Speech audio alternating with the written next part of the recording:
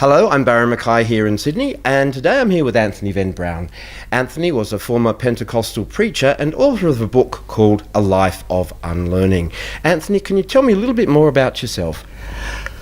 So, thanks Barry for that lovely introduction. Look, I'm running an organisation which I founded called Ambassadors and Bridge Builders International, and our role is to reach out to our churches, Christian leaders and Christian organisations to educate them about LGBT people, our community and our relationships.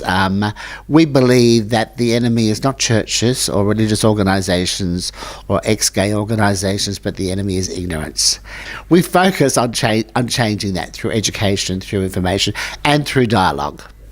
So many of you will know that Australia currently is going through a marriage equality Postal survey to determine what the attitudes are within our society.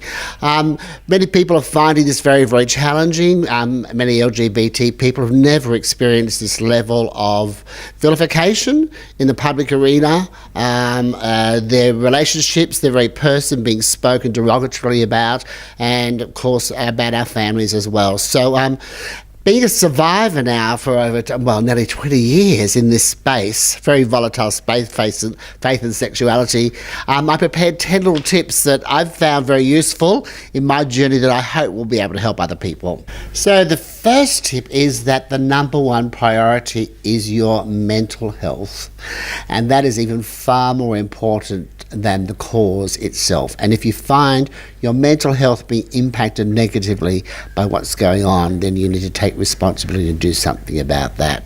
My second tip is to know your triggers. Oh my God, we've all got triggers.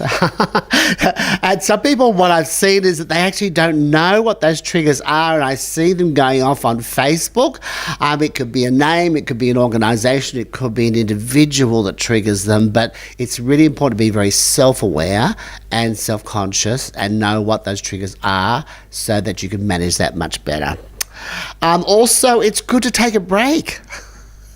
You don't have to be in the battle all the time. This is not your cause totally. There are other people who are working in this. So you can have a break. Don't just do that because it's good. Whether that be a meal, go for a walk, read a book, just take something, your mind off it. The next one, of course, is that some things are best ignored. That's an important thing to remember. I think of the Westboro Baptist Church, God hates fags. They were actually an incestuous Christian cult of less than 100 people.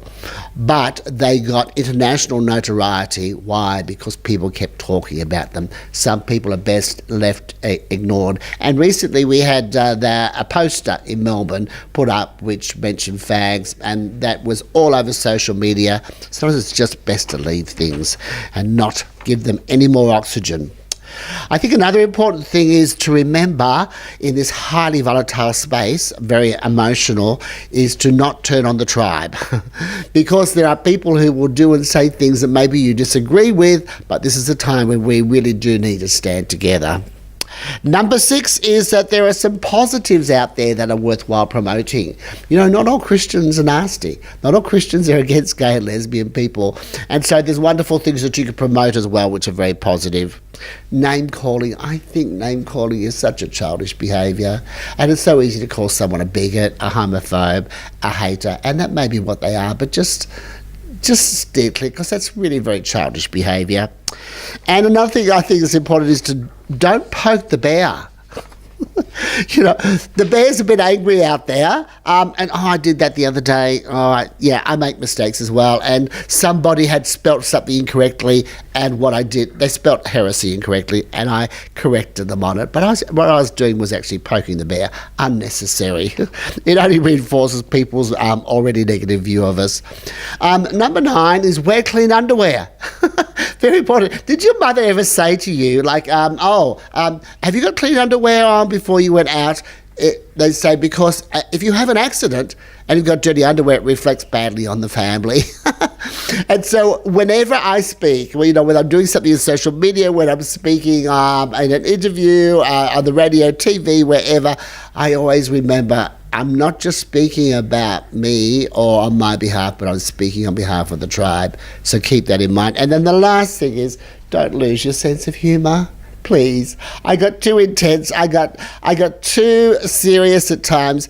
It's good to have a good sense of humour. Some things need to be laughed at. Go out with your friends, have a good night, do lots of laughter, and it will relieve the pressure.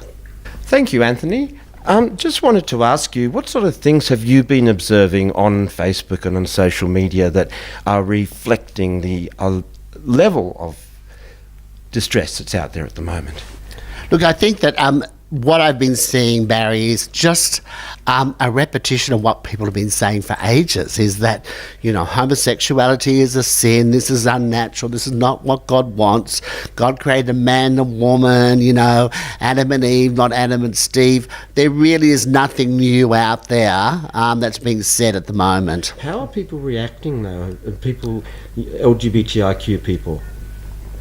There's a whole variety of reactions, Barry. Some people are being very, very aggressive and giving it back to people. Others are speaking respectfully. People are disagreeing respectfully. Some people are responding intelligently. Some people are responding emotionally.